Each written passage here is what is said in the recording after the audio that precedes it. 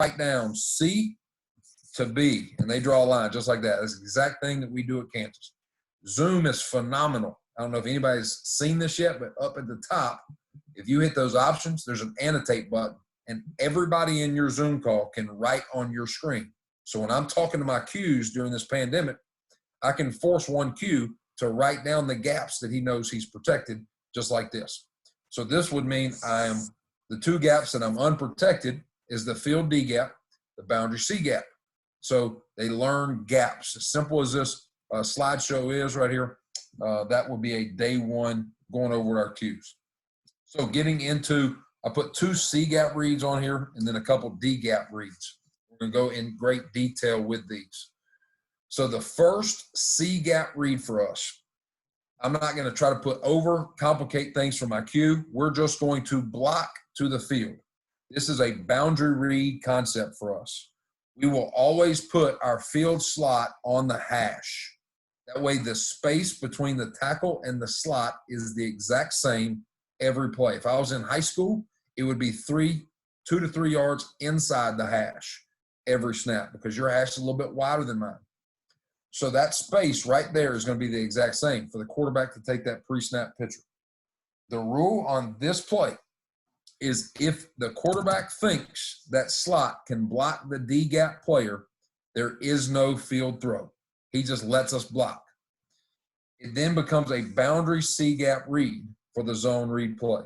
If the Sam linebacker is too tight, anything gets too tight to the D-gap to the field, you see on day one install, we do an alert bubble. And the quarterback gives the signal to that slot to run a bubble. Another thing you'll see on tape is I make our receivers confirm it because I don't want to look like the idiot coach that a QB goes to throw a bubble and that guy goes to block. And everybody in the stands talks about how bad the OC is at that moment in time. So I'm going to try to prevent me from getting yelled at as much as possible. Jimmy's mom in the stands. So then post-snap, so that stays my pre-snap rules. I turn my back there. I fix the D gap to the field pre-snap. I'm going to fix the C gap to the boundary post-snap. Our H-back 3-step duck walks, arches the defensive end, Beer releases him, and he looks at scraper to safety. If you go straight to safety, your quarterback is going to get hit on squeeze scrapes. We will protect the scrape, then move up to the safety. And then our boundary receivers running a vertical go ball. If the safety gets over the top, he runs a 10-yard squat on the sideline. That's the only time he changes his route if the safety gets over the top. And then the quarterback will attack the boundary corner off the pull for either throw with the go or the sit. And if the corner bails, then he runs the football on the zone read. If you remember back in 2013, I was at Auburn then. Nick Marshall pulled this, ran up the sideline, hit Sammy Coates on the sideline with about 10 seconds left to go in the game, led to the kick six play a few seconds later. All right, any questions with the diagram there before we get into the video?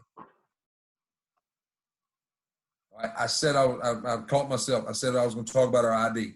All right, if I'm playing an even front, we're running inside zone. You may this is not going to be in the PDF I share you. So I would, if you're an O-line coach, this may be something you write down. All right, so against an even front, we're going to ID what we call the first bird in the box. So that would be the Mike in this case here, off of that picture. I have a clip of odd front on here as well. Against odd front, we will ID the second bird in the box. All he's doing is letting everybody on the O-line know who he is working to. We don't call them linebackers because to that center, he doesn't know who a linebacker is sometimes in the Big 12. It's just bodies standing around. So he's going to ID the depth body, first depth body. Now, only chance that we can ever push out is made by the tackle. Our center will never make an out push call. He will never ID outside the box. Our tackle has that rule. And here's the I overdo this because I never want to push out. The tackle's rule is if he can reach out and touch the blitzer, then you push. If you can't reach out and touch him, he's not close enough that I'm worried about him hitting my quarterback, you vertical block. That way we're always vertical blocking unless it's an immediate threat blitzer. Get to the clips. All right, it's our boundary C-gap read to the field pre-snap. That guy's on the hash. He can block that D-gap player, so there's no reason for a pre-snap fix. So it's just a post-snap C-gap read to the boundary for the quarterback. We're going inside zone left. Center ID is the first bird in the box against an even front, which tells everybody I'm working to that guy. You see the boundary receivers run the vertical route. He knows the quarterback is throwing off of that guy, and because he never truly triggered, he just ends up blocking him. H-back, this is phenomenal work by our H-back. This kid here, anytime you see the Arkansas Tech Wonder Boys film, this kid here was a 3-time D2 All-American, was phenomenal. So you see his 3-step duck walk, veer release, that is teach tape right there of how you want it done. And then he whips around and gets on outside pad of the alley for the quarterback run. So many things went right there for us to get a 3-yard gain. So center's ID in 25, which says, hey, me and the guard are going to work together. Backside 2 are going to push to the vertical will linebacker there. So we're going to do everything we can to double team. And as you see, we may touch the linebackers. We may not. You should have probably your best football player should be standing right there. So we're going to uproot a fire hydrant is what we tell our guys. If you happen to touch the linebacker, that's an added bonus. My goal is to uproot those down linemen, make the tailback, make the second level guys miss. All right, here we go. So you see slightly, you get to see my quarterback give the signal. You're seeing right here a confirmation. And we change our confirmation every year to something subtle. This year was touch the face mask, which meant I got the signal. We saw the D-gap player of the field was too tight. So QB fixed it. Now, here's another rule that I don't tell everybody, okay? Anytime I go to my pre-snap throw, this will not be in the PDF. I've listened to defensive coaches talk about how to stop RPOs. So I've taken their info and tried to use it against them. Anytime I'm throwing a pre-snap throw, my quarterback has a tool in his toolbox called a flash fake. He can flash fake to pre-snap throws because here's what they're teaching on the other side of the ball. And there may be a defensive guy in the room today. If you are not supposed to get these links. This info is supposed to be only to the offensive coaches of the world right now, but we'll allow you to stay. All right. So this guy is going to get taught to fast fit as soon as he sees that back. As soon as I open to this guy, he's taught to fast fit, my bad. He's taught to fast fit. He's taught to slow fit the side you open to. So all I'm doing is using their rules against them. And you see, as soon as I turned my back there, he became a fast fitter before I spit that pre-snap out of there. So you're just sucking guys further into the run fit on the pre-snap throws right there. We got a even front, so we're IDing 32 right there with our center. Here's a look of that odd bare front. So here, a lot of O-line are going to push out to that guy because we've got a B-gap edge. And O-line coaches usually don't like that B-gap edge, so they end up pushing things out so much. We are putting that guy on the QB and the receiver. So our center in an odd front IDs the second bird in the box. He's going to ID 3, which lets the backside 2 know we're going to work there. So we'll get a vertical double team to the Mike. We'll get a double team to the backside wheel backer. Now, at Auburn this year, they really liked their center. And they thought their center could manhandle a nose. You'll see he kind of does here. So they double teamed the 4-eye backside. But you're going to see 2 double teams every chance we can. And I don't think they barely come off on the front side linebacker. They don't come off at all on the backside backer. Uproot the fire hydrant. If you happen to touch the backers, phenomenal. Now we call it out of a 10 personnel set. Our slot receiver is the twin brother of our fullback. You have the same exact rules the fullback has. I'm looking for the scraping wheel linebacker, then I move on to the safety. And you'll see that guy coast off the ball because his first job is to protect the franchise. I'm going to make sure that wheel linebacker doesn't scrape out of the box. Keep his shoulder square, and then work vertical to the safety. QB gets a C-gap pull, attacks the corner falls off. We throw the easy go ball for a touchdown. You throw about 2 of these a year, and both of them are worth it.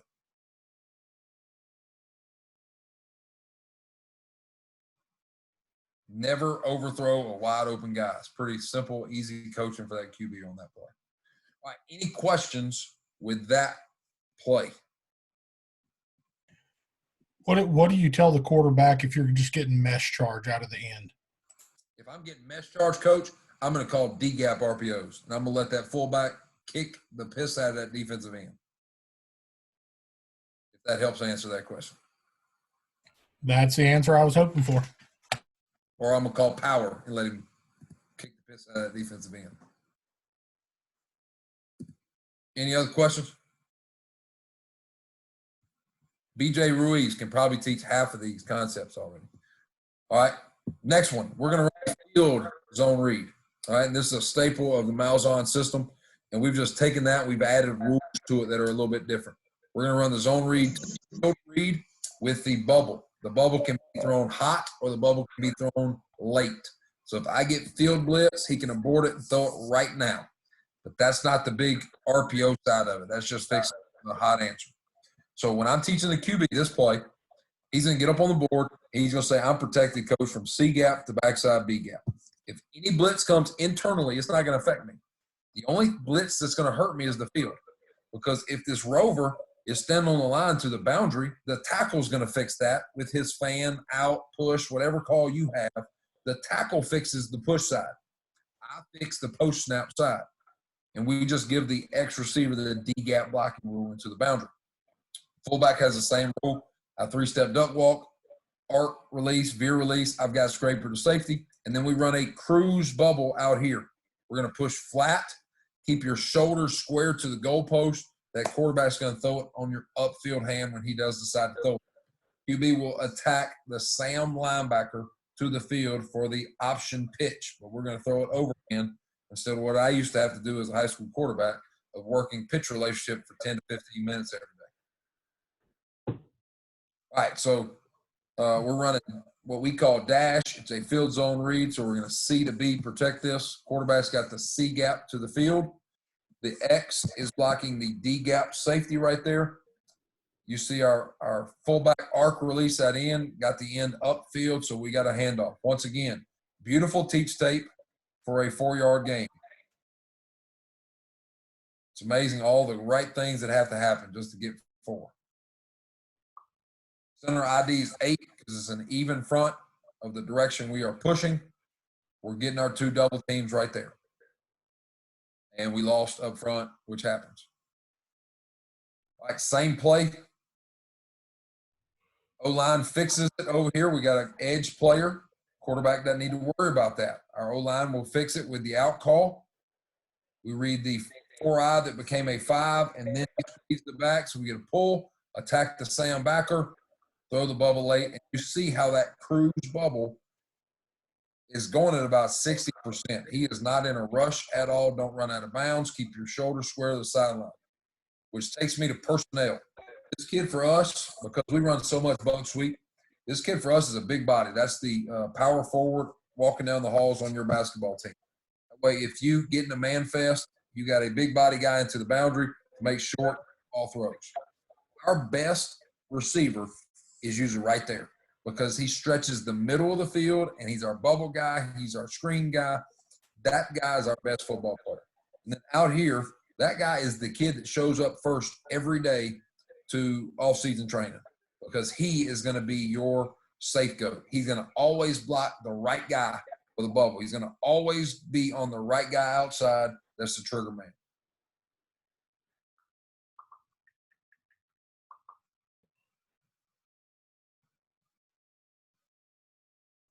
Same play. Our X in the boundary gets a minus here. Bust doesn't go get that boundary safety. QE gets the C-gap pull. Watch the fullback right here. Wish I could say I was doing a great job coaching this kid. He kind of coached himself through all this. So he wraps around. He is an extension of my O-line. He wraps around. He eyes the mic and realizes the mic cannot get our QB. So then he works vertical to the safety. You have a kid like that, shoot me that email. I need that kid, please. And then I attack the Sam backer, throw the bubble late. You see the trustworthy kid outside to block the trigger man, protect the bubble guy. Same play, we get a great job by our X in the boundary, goes in here and figures out the D-gap fitter, puts a body on him, and then another great clip from a fullback, H-back. They get a squeeze scrape. That Mike linebacker, if we didn't account for that Mike, that hard scraping Mike is going to hit my franchise with some sweet chin music. Old school WWF, Shawn Michaels, sweet chin music right there. So you'll see from the butt shot, that squeeze scrape, that fullback wraps around, does a great job of whipping his hips, get on the outside pad of that scraper for that QB run in the alley. This is just us doing it out of a 2 tailback set. A lot of teams start scheming up our really good fullback, so we put 2 tailbacks every now and then to run the same concept. That way they could not have their eyes on our true fullback. Quarterback attacks the Sam, runs the vertical up the hash. And then another way of simply coaching this, I'm sure a lot of you guys have heard about my head coach here named Les Miles. Les Miles is a big personnel guy, loves big personnel, coach tight ends for the Dallas Cowboys. He likes to have a lot of tight ends, fullbacks on the field. So we can still run these same concepts out of 21 personnel. I take that boundary receiver off the field who blocked the D gap, put a hand down tight end into the boundary, and he blocks the D gap. So it's still the same play call for us. I just changed the formation. All right, so we're still getting an arc release, scraper to safety, still a C gap read for us. Quarterback attacks the Sam. He tucks this thing way too early. We should have a touchdown throw right there. We get lucky, and he overcompensates and makes a throw late. But you see, once again, that trustworthy kid that you believe in is out here. Protect for the bubble and be smart. So that is 2 C-gap reads. I know everybody's not blessed enough to have a QB that you want running the football a lot. That 4.7, 4.8 kid at the high school level. So everybody's moving to the D-gap read. So I just want to show some C-gap, but I'm going to spend more time on the D-gap RPOs today if y'all are good with that. All right, so the way I'm going to coach a D-gap read, like I said earlier, is a double option. He stays on that spot on D-gap reads. So first one we're going to put in is off inside zone. All right, Coach Ruiz, like you know, Falcon in the Gus Malzahn world, Atlanta, anything to do with any of that. Used to be Indy. It changes about every year. All right, we're going to run inside zone with a fullback blocking a C gap. So if I got that mesh charging in, I'll go with more of these too. So quarterback's going to draw on this pitcher. I'm C gap to C gap protected. So that means I'm responsible for a D gap now on both sides of the field. Go to his rules. If we're running zone to the right, that means I turn my back to the field. So the field here is the pre-snap. The boundary here will now be the post-snap D gap. Here's how this is the easiest one to start with because this incorporates everything. That's why I love doing this from day one. The field 4-step rounded out is what we call a gift. For you guys at the high school level, you got a kid that you don't want making field out route throws. That may need to be an expanded hitch, all right? But for us, we're going to run a 4-step rounded out to expand that corner. If it is beautiful, that's why it's called a gift, all right? When I proposed to my wife, I gave her a gift. That's how I describe it to my quarterbacks. When I'm ready to drop down on one knee and I am in love, I give her a gift. That is how I describe this route. You better absolutely love that pre-snap to throw it. If I'm in the film room and I say, do you like this gift? And they ever say, means no, you don't like it, all right? You don't love it. So that means you should not go to it. So then my eyes go to the field D-gap player. Not to Sam, it's the D-gap player because coverages change week by week, game and in the game as well. If they have someone in the D-gap fit, we will make that stick route throw.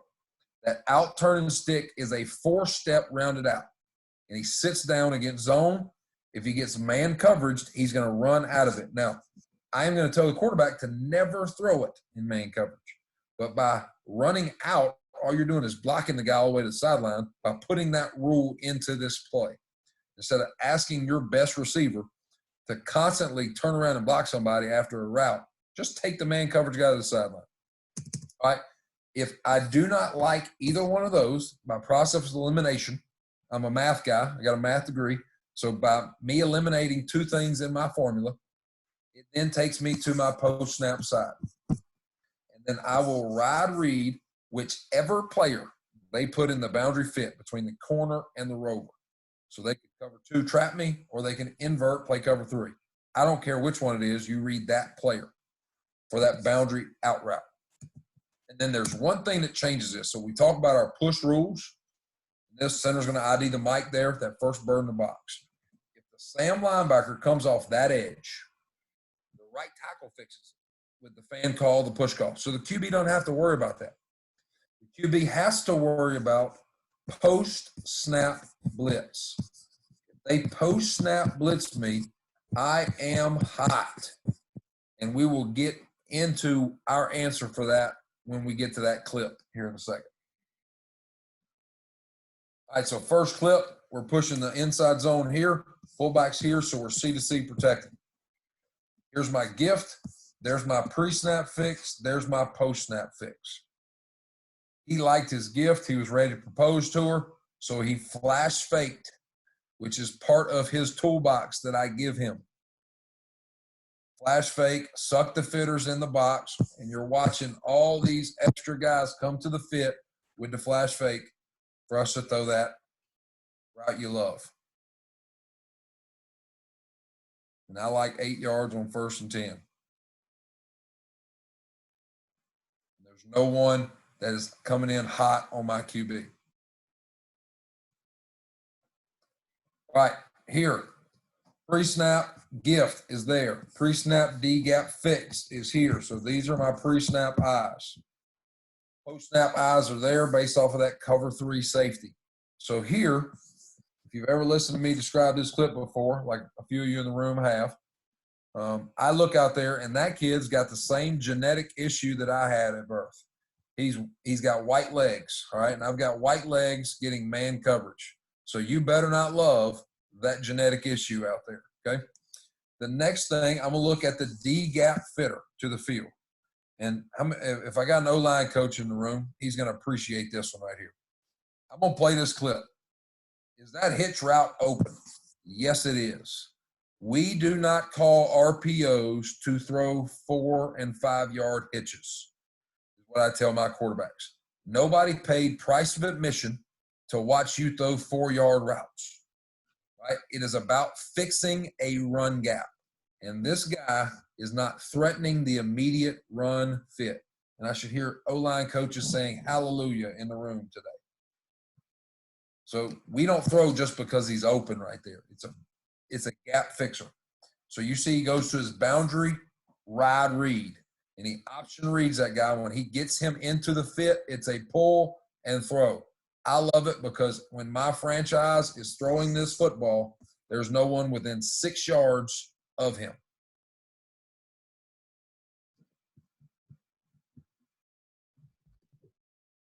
I'm going to open this chat up. So I got a chat here. I just said amen. Good. Awesome. I can close that chat back now. All right, here we go. Same play. Gift. Pre-snap D-gap fix. Post-snap D-gap fix. Here's why I love the way we do it. I don't ask that guy to count how many people are in the box because I don't always have a kid right here that can count to 7 and 8, to be honest with you, okay? And I get in so many different formations that in spread, he's got to count to 6. In this formation, you got to count to 7. In this formation, you got to count to 8. So we don't do box counts like some people do, and it works out better for us. He did not love this to the field. That guy's inside leverage with eyes inside, so he doesn't love it.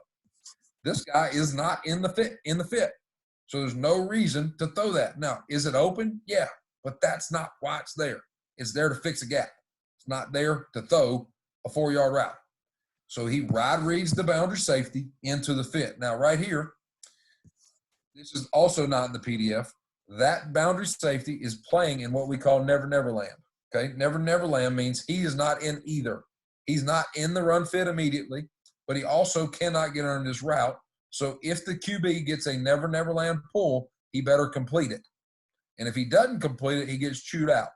If he completes it, he gets a pat on the rear end, and it's never brought up again because you don't want that guy playing timid. If he's playing timid, it's going to be a long year for you. So here's another look of boundary D-gap fitter is not truly in the fit. He's in never, never land, but he completes it. So he got a pat on the rear end, and we moved on to the next play, and I never brought it up because he knows if he gets a completion, I'm going to let him play football. If it's incomplete, he's going to get his butt chewed out. All right, here we go. Here's the big problem. I'm getting double-edged pressure here. We talked about our IDs, or our center ID the first bird in the box right here. But our tackle overruled him, like the center fielder in baseball. And he said, nope, push, push, push. I need all 5 of y'all to come with me. I will fix this one. So, like I said earlier, the Q is only hot off the post-snap side. So this is the only unblocked guy, and we teach our quarterback that. I don't think everybody's teaching their quarterbacks who's going to hit him. We teach them who will hit him. So by process of elimination, those two routes aren't beautiful. One's getting pressed, and I'm not throwing a stick route against man coverage. He's going to run him out of there, but I'm not going to throw it. So we do two different things here because that guy's not going to hit me. The D-gap double read now changes to triple option play right here. As soon as they D-gap blitz, the QB has the freedom to triple option the D-gap. That's number one. The second thing, I did something I didn't know I was doing. The second thing we can do is we make a stay call. And if it's 1st and 10, is what I tell my quarterbacks. If it's 1st and 10, you make a stay call. You tell the back, hey, I need you right there.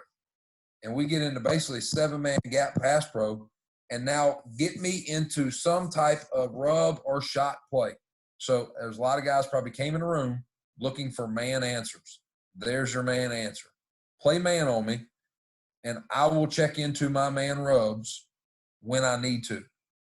So, like I said, I was a high school math teacher, so I teach like I'm still a high school math teacher. Those are called mansers. Our mansers are our man answers. And our quarterbacks and receivers love that we call them that. I see some guys laughing and loving it already in the room. All right, your players will love them the same way. I give that quarterback 2 mansers a week. Don't give him 17 of them and then expect him to figure them out in 2 to 3 seconds. I give him 2 to 3 of them every week. Here, we decide it's 3rd and 3. It's 3rd and 3. So he decides to triple option read this thing.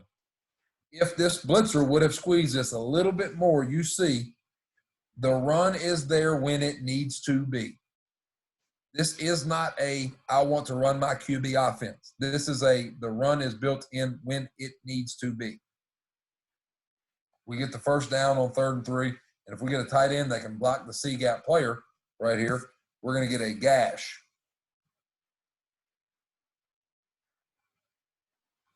You see, if that guy squeezes too far, I have the run when it needs to be there.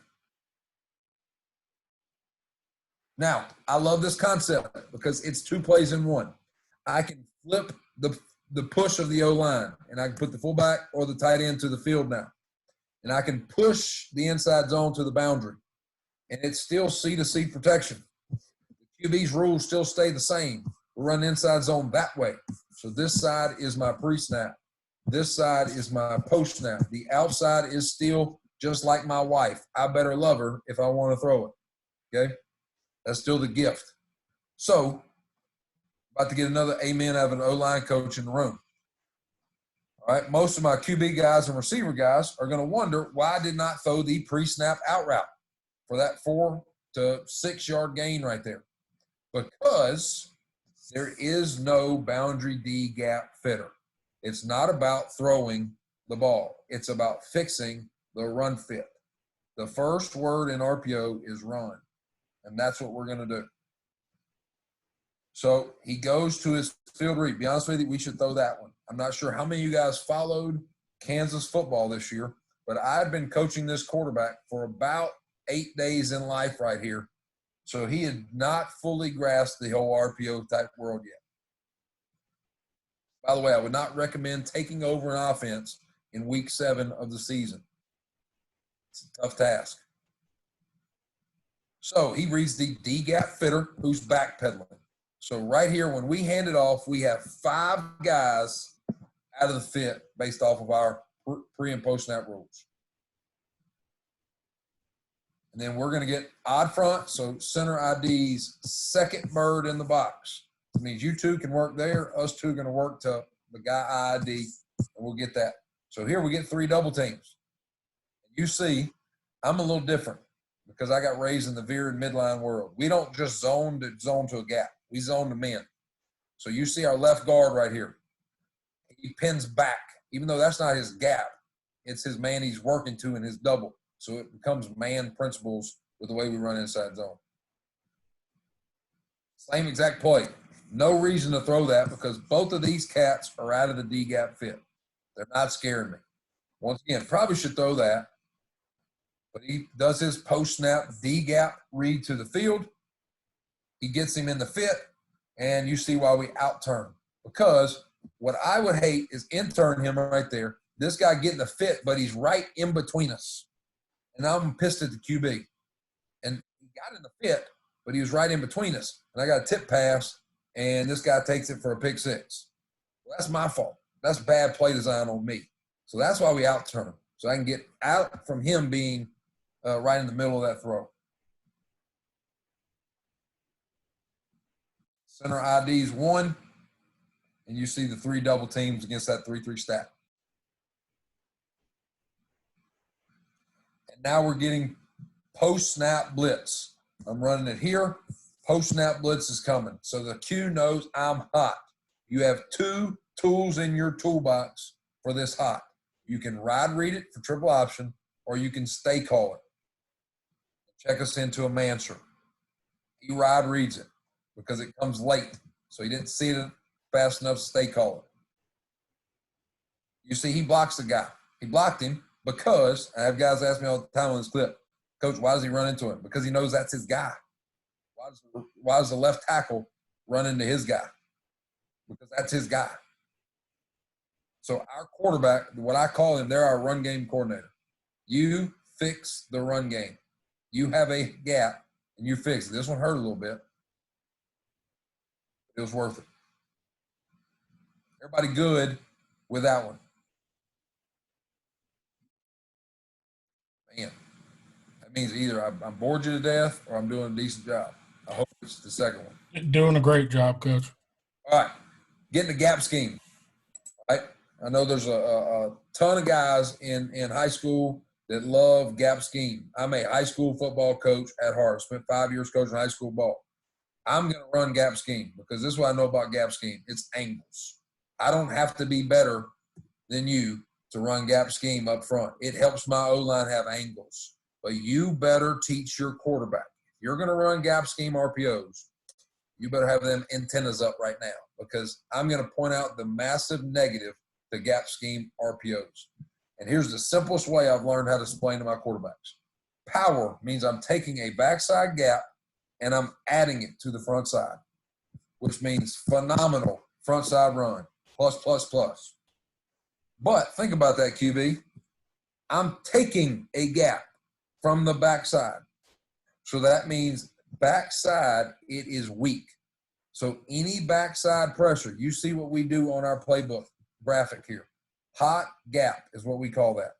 If you see any backside blitz, do not pull and throw a late throw or you will get hit. Right? And then on the playbook page, guys, I put this X right here and I put a signature line and I make those quarterbacks sign that page. So when they pull it and get hit, I can go back to that paper and say, all right, you can't sue me now because I went over this policy and you signed it, okay? So I covered that with you. That's your fault. So policy right there. All right, so it kind of goes back to that verse in Matthew, because the O-line coaches hate gap scheme RPOs. My O-line coaches have always hated it until I let them know how I coach the quarterback, because they're asking their center to block A gap to B gap. They're asking their left tackle here to block B gap and then hinge to C gap. So we're actually asking our O-line to serve two masters, which can't be done if I get backside blitz. So that goes to sacks, and O-line coaches are pissed at you when you get a sack on them. All right? So we coach quarterback that way. Now, the tailback, because Coach asked earlier about mesh charge, I would put a big highlight on this one, Coach. If you're seeing mesh charge defensive ends, this is the best play in our playbook for mesh charging defensive ends, because we are in a power read alignment. Coach Fields, I believe you're the one that asked that one, maybe. All right. So because that tailback is offset weak, that field defensive end thinks, holy crap, I got power read coming to me. I'm about to tee off. And he runs straight ahead, and we get a phenomenal kick-out block on this play by that fullback. The tailback's pass should actually look like that right there. That's an awful drawing on the playbook. I should fix that here pretty soon. On his third step, he's going to put his right foot in the ground and follow the crack of that massive guard off the backside pulling. Now, pre-snap, the quarterback can either throw a hot throw. If he gets pressure and sees it, he can throw it right now to that X. So this is a hot and a pre-snap answer, as you see over there. We run a hitch, and if the quarterback likes any other route, he can give the X the signal for that. Why I do it that way is I don't want the quarterback to give the signal for hitch every time we call this. I want there to be a set route to it, and then if you don't like it, he gives something else. All right, that way I'm not signaling every daggone RPO. The next thing I will look at is the field D gap. And if I can get the D gap fitter, here's the coverages you're going to see. You're going to see a true old school cover 4 or cover 2, which looks like that right there. And if the Sam linebacker gets in the fit, that field slot runs a 7-step glance. His rule is if there's a safety over the top, run a glance.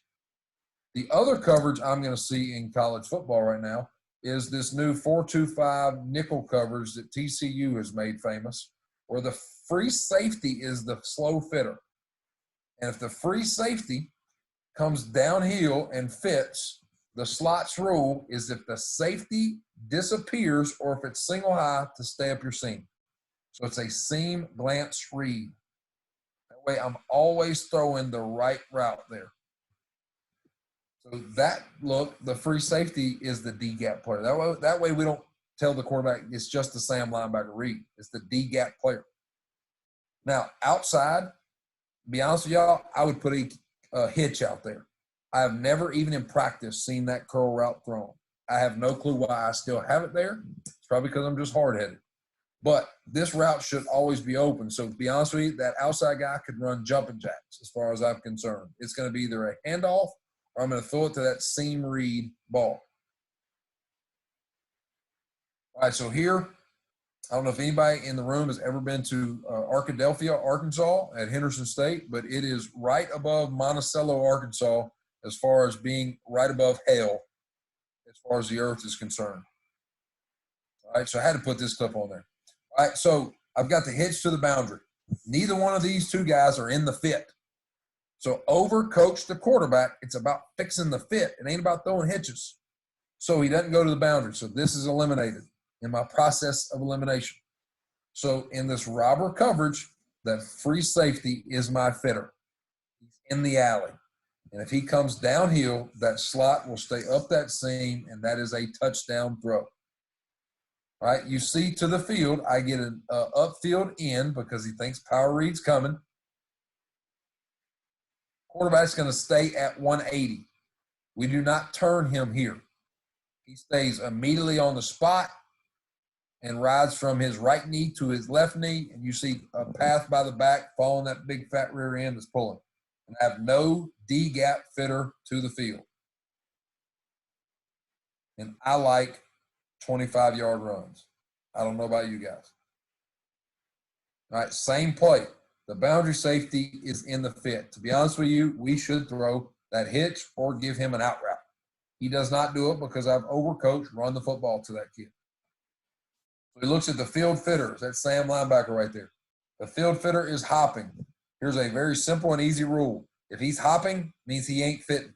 Hopping means handoff. And we get 5 yards. We get 5 yards because our fullback and our guard get their butts whipped right there at the end. We should have got more out of this if we can stay on the block. Now, let me go back to a rule for my O-line coaches in the room. I don't have the buzz shot of this. Look at the right tackle here. We have changed our backside gap seal hinges. Instead of the old school true gap down and hinge back, it is now a one step to help the center and then jump set the defensive end. Because I want to protect my quarterback. Look at this backside. That's not the old gap hinge. That is help the center really fast and then jump set the end. That way the pass rushing defensive end off the backside is not stroking my quarterback right there. Now, we weighed it out. Do I want to put more on my center or do I want my quarterback to get hit? And we said, all right, we know that this is tougher on centers and to not get much help, but we'd rather do it that way than have our quarterback get hit. All right, the next thing, we run the exact same RPO with inside zone. Why do I do that?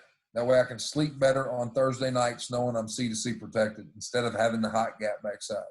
So if you don't have a quarterback that truly understands the severity of backside gaps and gap seam protection, we just run in split zone right here. Let me hit this chat real quick. Do you ever throw a glance to the boundary receiver when the boundary safety is in the fit? Yes, I'll pull one of those up right after this. I didn't put it in this cut up, but I'll pull one up because you asked. All right, so same rule by everybody. It's just C-to-C protected. I just put a few of these in here to show us the exact same play, but with a different blocking scheme. Do you use the same RPO on counter H or only on power? That we are, everything for us is one word, essentially RPOs. So it's like going to McDonald's and ordering a number one. So for us, we try to attach a one-word play that everything falls underneath that one-word play. And we try to fit them in a way that best hurts that defense. That answers that question. But I'll change them weekly. All right, so here's the split zone with the field, glance, seam, read.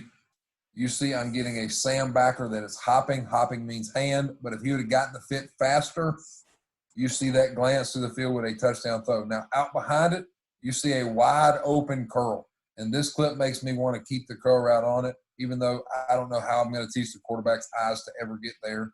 So that's just me being hard-headed, to be honest.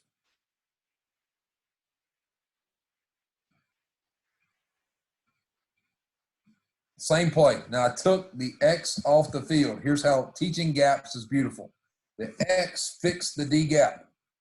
I took him off the field. I put a hand down tight end here, and the hand down tight end is blocking the D gap. So the quarterback learns that. I don't have a receiver there anymore, but I don't need him because I now have an extra blocker.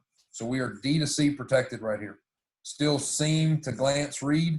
Quarterback fixes the D gap player of the field. I've been coaching this kid for 6 days at this moment in time. I don't know if anybody saw this game, but it was pretty exciting. We came about 2 seconds away from beating Texas this night.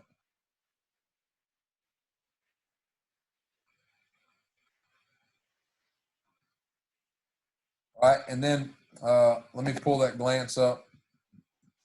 Then I'll get to a hybrid RPO that some of my high school guys always love. All right, let me pull this glance up. So I'm running split zone here.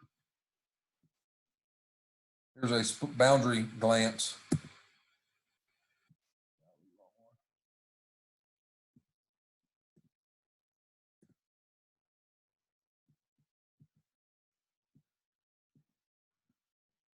Have too much access here, guys. Too much film.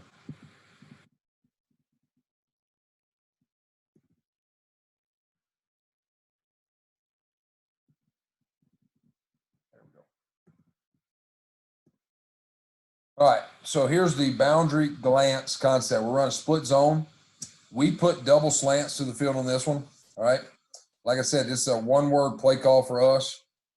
This is how we teach it. We end up calling it a one-word play. Our O-line's blocking C to C with the split zone. We put double slants here. Here's how we coach the double slant RPO as a pre-snap option. The outside slant is the marriage slant. That's the engagement slant. If I love it, I drop down on a knee and I throw it. The inside slant is only there for pressure. And here's why. I got QB coaches and receiver coaches that are looking at me a little crazy through their webcam right now. Here's the big reason. When you coach double slants in quick game, you teach this guy 3 steps and get underneath the Sam linebacker and cross his face. Well, if he got underneath the Sam linebacker, that means the Sam linebacker was not close enough to the run fit. So this play, you're going to coach it different than you coach quick game slants. I'm going to coach this guy to get 3 steps and go through the outside shoulder of the Sam linebacker. And his job is to protect his buddy on the outside. And he knows the only chance he gets this slant is if there is blitz. And when there's blitz, he runs a win slant, which means get your butt open. I'm going to hit you right now. So you coach this different than your quick game slants. All right. The boundary is a 7-step glance. Quarterback fixes the D gap post snap. So I get every one of these will be in this cut up. You see pre-snap, there's the engagement, the gift. Here's a beautiful teach tape of 3 steps and go through the outside shoulder to protect your buddy. He knows he's not getting this ball. If the Sam linebacker was in any position where he could cross face and get open, that means he's not in the run fit. So we wouldn't be throwing it over there anyway. Everything in RPOs is about fixing the run fit. I have somebody say, when does the slot make his decision on a glance? If he gets to his 5th step and that safety is still over the top of him, he knows he's going to glance it. If that safety comes down or disappears or is a cover 1 safety, he's just going to keep it vertical. That helps out. So there's the gift slant. Here's a look of, we're getting field blitz. They're bringing Mike and Sam in this old school field blitz traditional look. So the cue, catch, and throws. He knows, you know what? They're playing cover 0. I don't have all day to throw this thing probably, so get it out of my hands. There's the pre-snap flash and a win slant. It's no longer 3-step. It's get your butt open. And going back to scheme, that's your best for us. That's our best receiver. So I now have a matchup problem on a safety when they want to blitz me.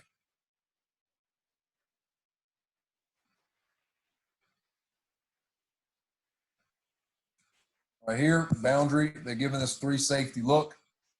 They're starting to take over college football. But the D-gap player is right there. I get the D-gap player down in the fit. Pull and throw, we get a pass interference call right here. Boundary glance, which is just as good yards-wise as a 15-yard completion, just for those that didn't know that. All right, now I like to brag on this kid right here. This kid is actually the one that helped me develop these RPOs. He started med school at Oklahoma this past semester. He's going to be a heart doctor. It is great to have that kind of kid playing quarterback for you. He was a 4.0 double engineering major at Arkansas Tech. So we've run this play in a spring ball practice. There's the gift slant. I'm going to throw that all day, every day. He decides to go to his boundary ride read, and we get a 30-yard gain. And I asked him after the next day in film, I said, hey, listen, why didn't you throw your pre-snap? If you go through your formula that I gave you, I tell you, I work in formulas. If you go through the formula I gave you, your pre-snap should have been the first thing you looked at. He said, Coach, pause the film right there. Gets up on the board and says, if you pause it, Coach, the Sam linebacker's not in the picture. The boundary safety is about 2 yards outside the defensive end. And you taught me that nobody came to the game to watch me throw this 6-yard slant. And I knew this route right here was going to get me a lot more because of the space. So I could occupy that D-gap fitter, and I could get a bigger gain out of that. And I looked at him and I said, thank you for being a genius. You're going to make me look like a good coach. Right, same deal. You see front side pressure is coming. And here's why I teach the QBs like I do. The tackle should be making a fan call. push call, whatever you guys call it, to fix the front side of the push. We can throw that hot if you want to, but you don't have to. You have to fix the post-snap gap. And because they do not post-snap blitz us, you see that guy just standing up, we can hurt cover 0 when I need to hurt it. And when your quarterback can come back to the sideline and he can talk gaps to you, and he can say, Coach, they did not put anybody in the boundary D gap. There was no safety. Then you know you're going to have a pretty daggone good year. And then we coach. So you see why I don't do box counts. I got in 21 personnel. And when I do this, Les Miles is in absolutely love with me when I get in these sets right here. He is crazy about this. But I can still call the same RPO. This outside slant is still a gift. Boundary glance is still there post snap. And I'm still running B to C RPOs now out of 21 personnel. And anytime your best player has off coverage and the Sam linebacker's tight, we flash it and we throw it. We don't have to check 2 throws. They're just built in. There's our glance. And then the last one I was going to show you guys today was what I call the coronavirus RPO. Because it's a hybrid. It was created in a lab, okay? And I'm a believer in it. Because I'm a buck sweep guy and a power guy. This nub trips. If I can get to look better than it looks right now. Come on. It's slowly getting to be looking better. There it is. This nub trips is buck sweep and power created in a lab and put together to create a play. I don't even know what to call it. We just give it, we call it Ram because for us, buck sweep is Seahawk, and the Rams are in the same division as the Seahawks, so that's why we call it Ram, just to be honest with you. The center to the play side over here is running buck sweep rules, which means the front side uncovered O lineman is going to trap pull and kick out the force player. The tight end has man rules on the defensive end, but C gap is the most important thing. So if he gets a 9 with a defensive end inside of him, he's going to block down. With no 5 technique, he's going to man the defensive end and try to log him. Backside, we've got gap seal hinge rules for the center and backside tackle, which tells the quarterback there's a hot gap over there. This is just like power. You have a hot gap over there. So overcoach that. Now, the only one different is the backside guard. On buck sweep, the backside guard is pulling for the mic and picks him up whenever he shows up. On this hybrid play, that guard is going to skip pull for the will linebacker the same way he does on power, because this is a Mike Reed RPO as soon as I got into a 3-receiver set. This, I've heard some people call this a shoot route. Some people call it a pipe route. We don't call it anything. We tell this receiver he's aiming 2 yards behind the heels of the mic, wherever the mic is, because it's a Mike Reed. And you set your path right there the same way you come out of a corner route and you set your path. And you stay on that path. The only thing that hurts this play is man coverage. So we build in a man answer, and that's just in the play. We call this black ram because it's running to the left. And that's just built into ram. If we get man, we go to that rub answer outside. Now, here's how we read it. And if you can get your quarterback to understand how to read this, this is a nasty play. The boundary safety tells the quarterback how to throw this ball. If the boundary safety is cheating to the field to scare that ball, he's going to put it on a rope and replace the mic right now with the throw. If that boundary safety is down low in that fit to that nub tight end, then I can throw that 2 ball, and this is more of a touchdown throw for a big one. All right? So the boundary safety tells you how to throw. Pause the tape, coach. Come on. Boundary safety tells you how. The Mike linebacker tells you if. So he is the true post-snap read. And the tailback treats this like power. He's going to find the backside butt crack the backside puller's butt crack. So here the boundary safety is cheating all the way to the field, and I'm hot. Anytime I'm hot means hand. on this play. They're bringing 2, so we hand it, and you see the quarterback occupies his gap by faking the throw. And if I get a guard touch anyone, this is a touchdown. It's about the time where the OC is pissed off at the O-line coach, like it's his fault. They just can't block. What are we doing? All right, same play. We got the buck sweep, power, cross right here. 2 yards behind the Mike. It's not man covered, so eliminate those 2 right there. I am reading this Mike linebacker in zone coverage. He walls 3, so I hand it off. We get a downhill gap scheme run with no Mike fitting this play. Get a couple more looks at this. We're getting front side pressure, which does not matter to the quarterback. That puller should kick it out. The first puller is going to kick. Second puller is wrapping for the wheel. I read the Mike, who's walling 3.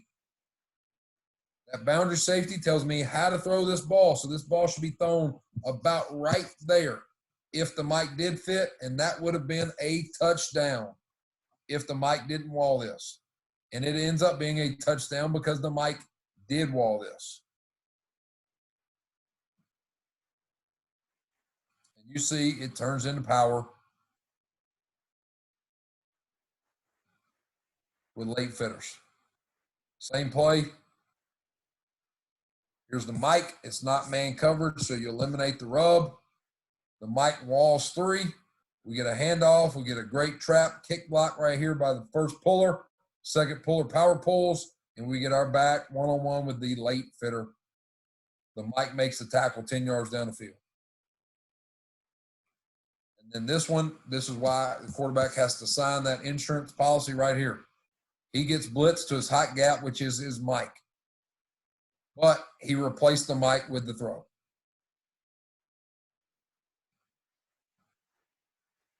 So if you get hit, that's your fault. That one's not mine. You should have handed that daggone ball off, and we got everybody blocked over there. Probably would have ended up being a good run. So, a little funny story right here. After we put a whopping 7 points on I got come to as analyst, Coach Dearmon, and said, hey, tell me some RPOs we can put in this week. This is one of the ones I recommended, but we zone locked it instead of pulling, so it wasn't truly the way I wanted to do it. We couldn't just put in the exact way that Coach wanted to put it in. So we put 3 vertical with a run play to the boundary. As you see, this should mean hand the ball off. This was the second play of the game. So analyst Dearmon gives an RPO concept that we read wrong, and we throw a pick on the second play of the game. So you can imagine how I felt standing on the sideline. God dog it, second play of the game, throw a pick.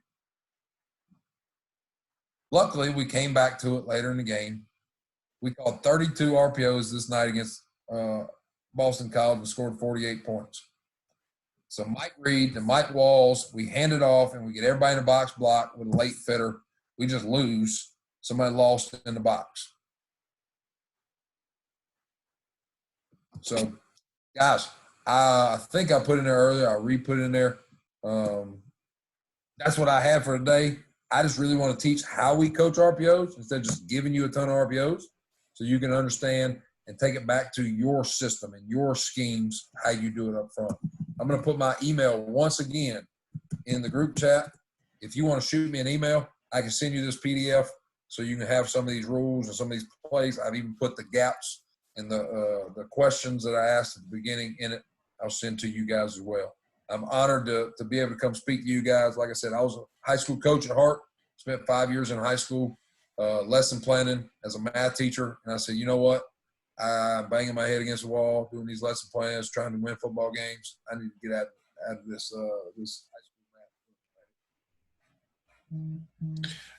Coach, I really appreciate it, man. I'm sure there may be some guys that have some questions, but I can't thank you enough. I know our numbers started growing as we got into it, so I'm pretty sure some guys started listening to you and realizing how damn good it was and sharing it with some of their buddies. But I'm glad everybody had a chance to sit in tonight.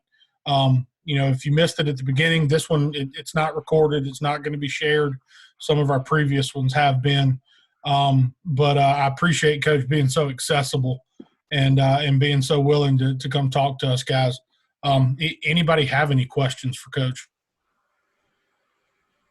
Yeah, Coach, do you guys run duo, or do you feel like your vertical doubles are already kind of getting that for you? And then if you would run duo, could you still run both C-gap, the C-gap RPOs off of it? Coach, I'm gonna be honest with you. I've taken this off season of Zoom clinics, and I've Zoomed with 2 staffs that do duo, and I cannot figure out what the difference is with right. teach inside zone. Right. So to me, every clip they showed looked just like inside zone. No doubt. Maybe the dumb one, but I'm like, I don't know what the crave is right now with this duo concept. I think especially the way that you teach inside zone, though, Coach. Like you talked about, it's zone, but you're working combos to a man. And I learned duo from a guy that played for the Bears, and he taught it to me, and we ran it for a couple of years. And is that same side zone, instead of slicing the fullback across but leaving him same side, as that became more and more popular because it can negate so much movement up front. The two are blended, especially if you're tracking combos. I think right now, like Coach Cheatham just said in the chat, it just sounds cool to say duo. Yeah. And the other thing I hope you got from me, guys, is it is simpler than we make it. And I am a simplistic guy. And if it doesn't fit in my formula, I know everybody remembers doing proof in high school geometry and you hated it, doing the if-then statements. But that's how I treat my quarterbacks. If it doesn't fit in this formula, we ain't doing it, because I can't coach you to do it because I ain't very bright. So I'm as simple as it comes, but I think by the way we do it, it makes it tough on the other side of the ball. Well, and I think I know several of the guys in here feel the same way. As you RPO to run the football, and just the fact that that's what you're built on. Because I tell people all the time, and we've had some success with RPOs over the years, but the biggest success is because we create cutback lanes, because we're doing just enough on the outside to hold an overhang, to hold a D-gap fitter, or keep a safety from being a fast fitter, that it creates cutbacks, and you get extra 2-3 yards, and that allows you to just stay on schedule. And I think so many guys lose that because they just want to throw the damn football. And if you're not, then you got the wrong cat playing tailback. Amen. Anybody else have questions for Coach? Yeah, Coach Dearmon, do you always, even though it's going to be hot, you always flash fake, or is there ever going to be a time where that guy is coming too hot to flash fake?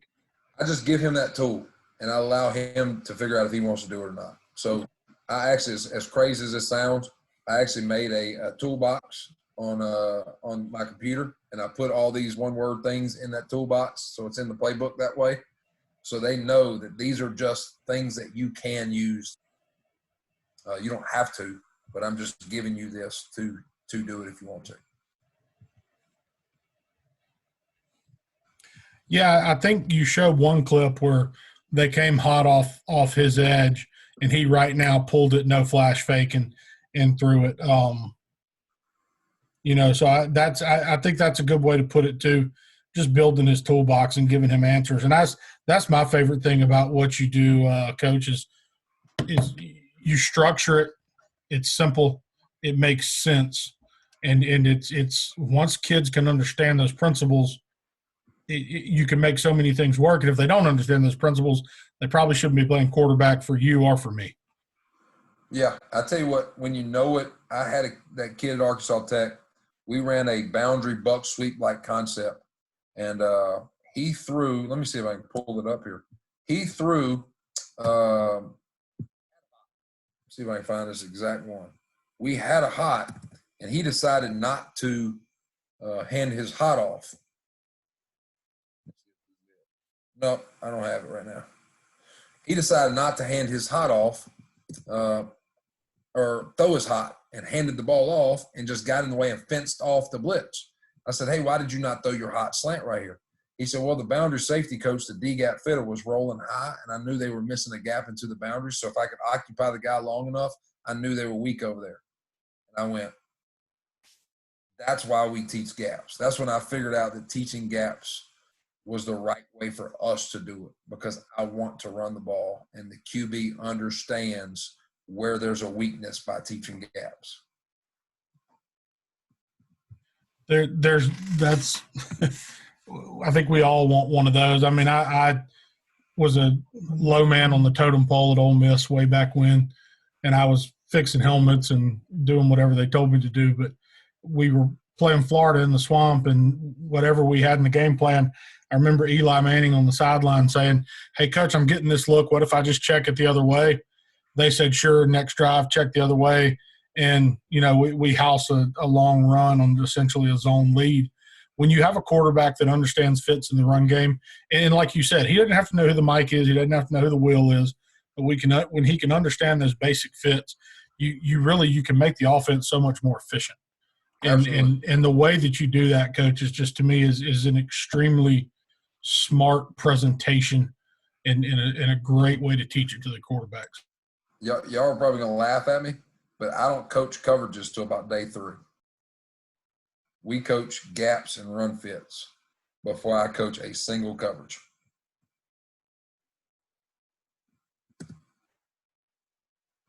That's awesome. Guys, anybody else got any good questions?